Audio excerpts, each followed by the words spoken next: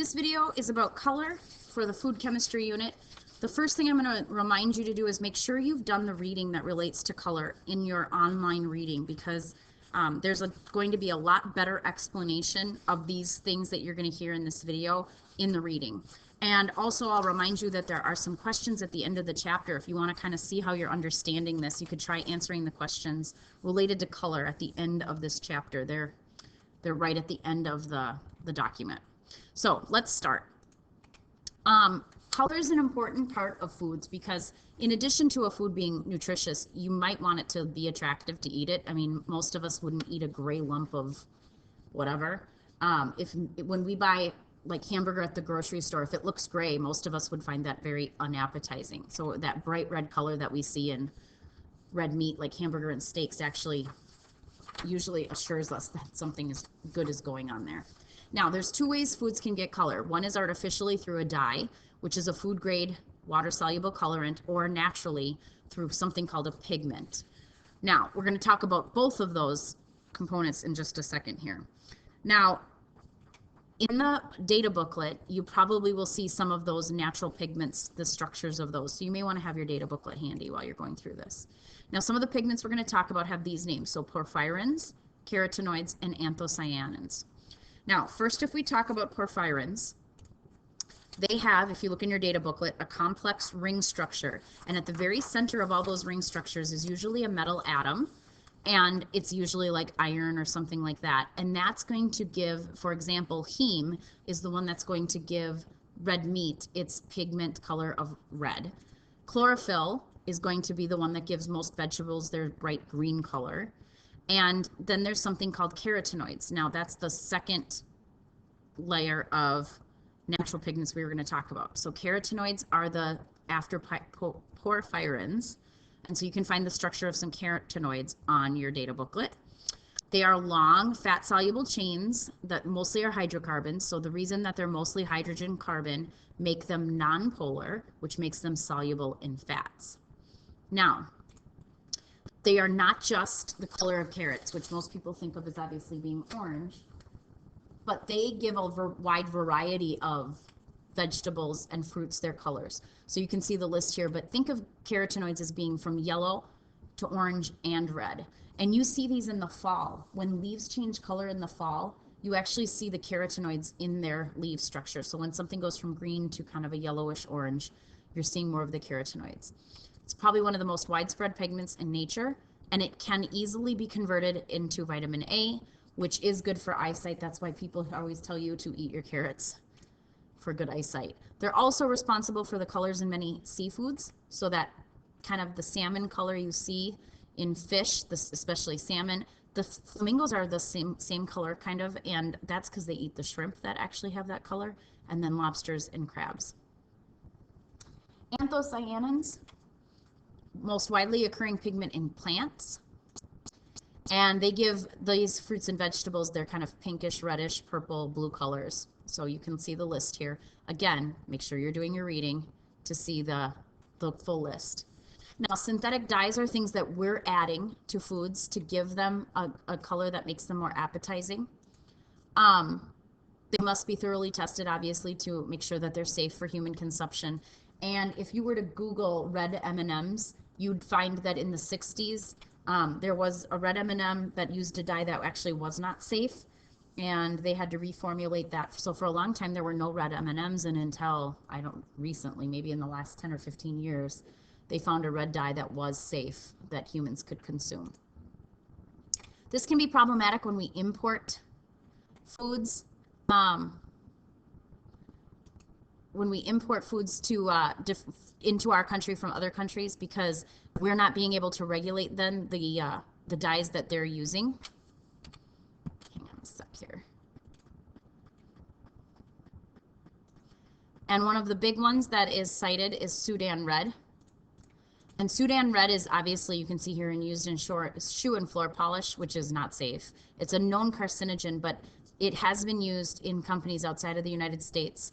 And so we want to make sure we know what we're importing when we get foods from another country.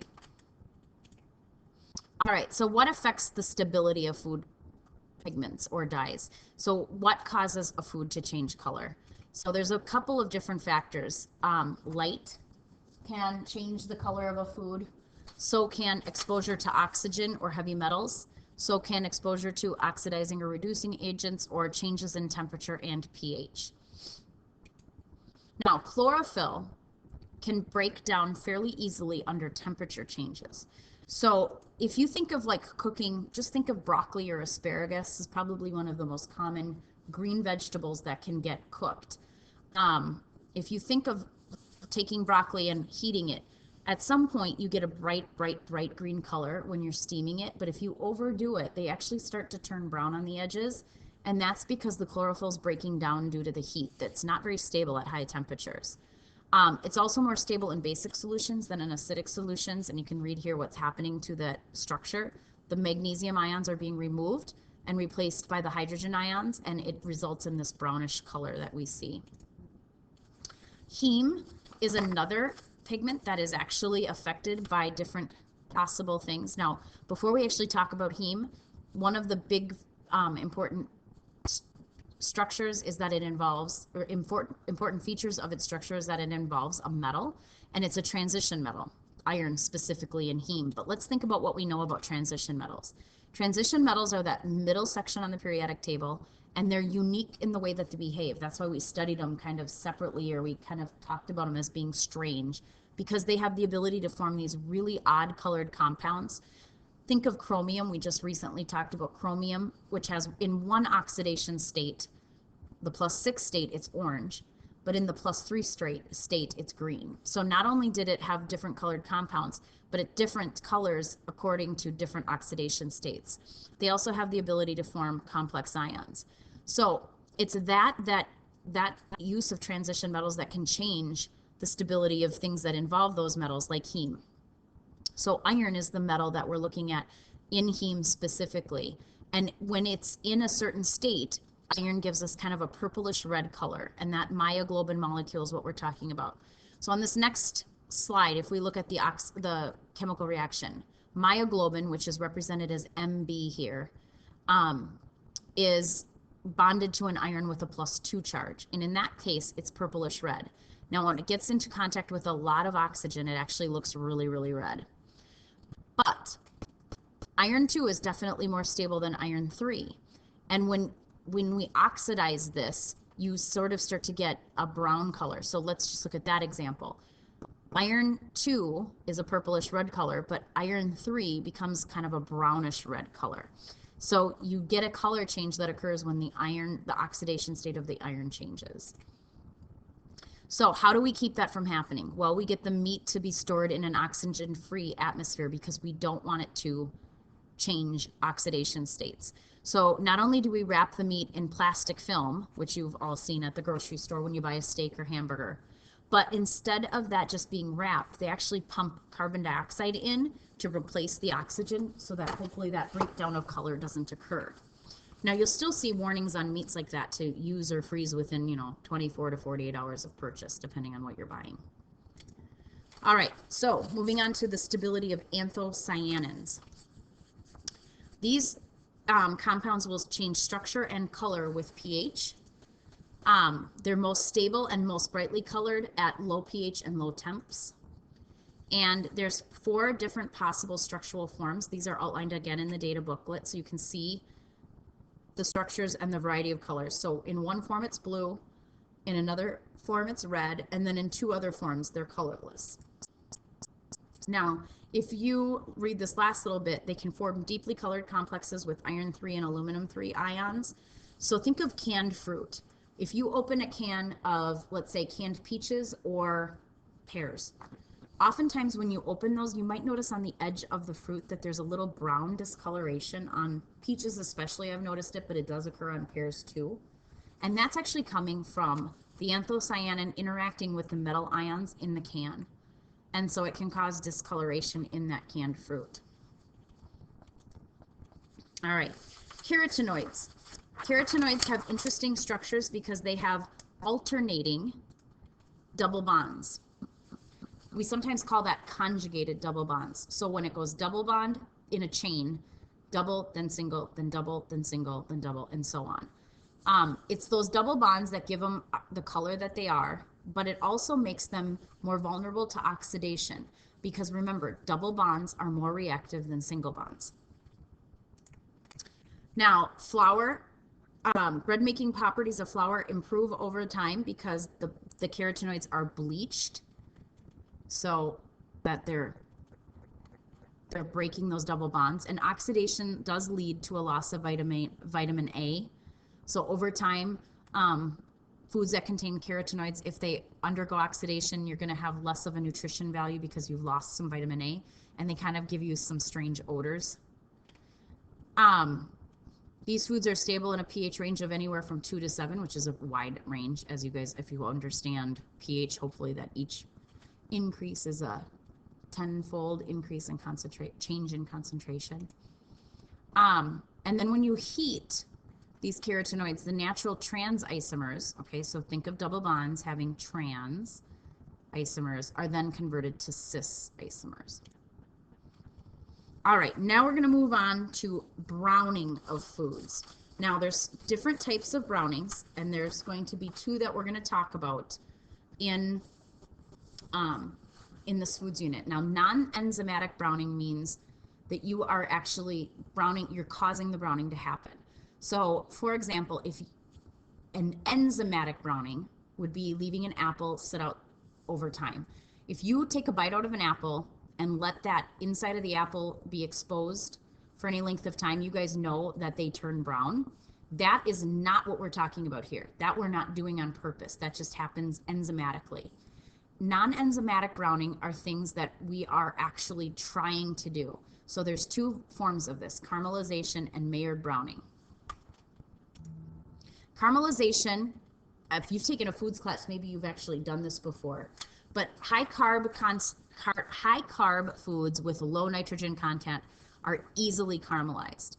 And what it does is it starts with the melting of sugar at temperatures above 120 degrees Celsius.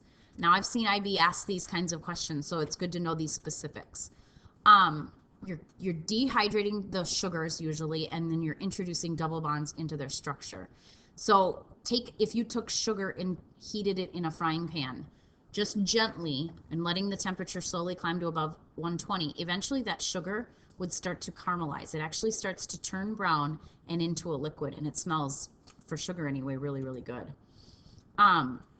So the small sugar molecules, like sucrose, react with each other to make polymers that have a brown color. So that's why we call it caramelized. And these are the things that give, caramel rolls their good color.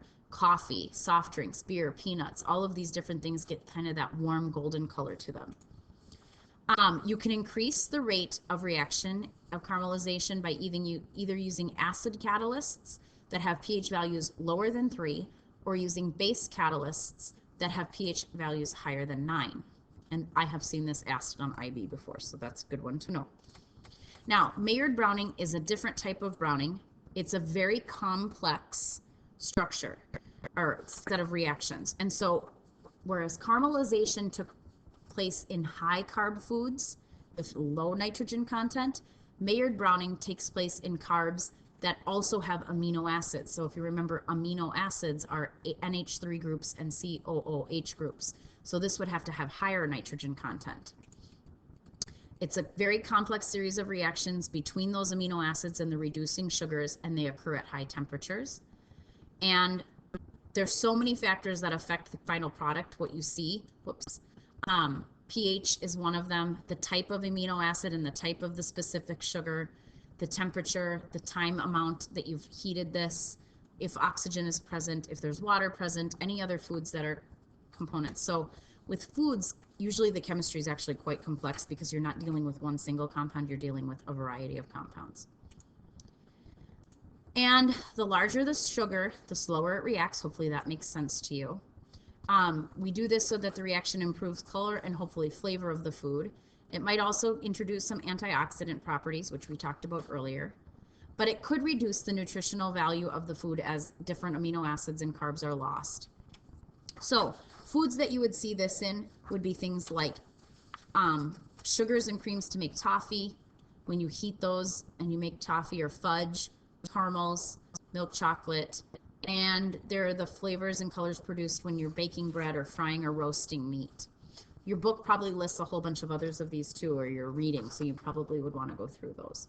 So that brings us to the end of color, and then we will finish up this unit, hopefully the rest of it in class.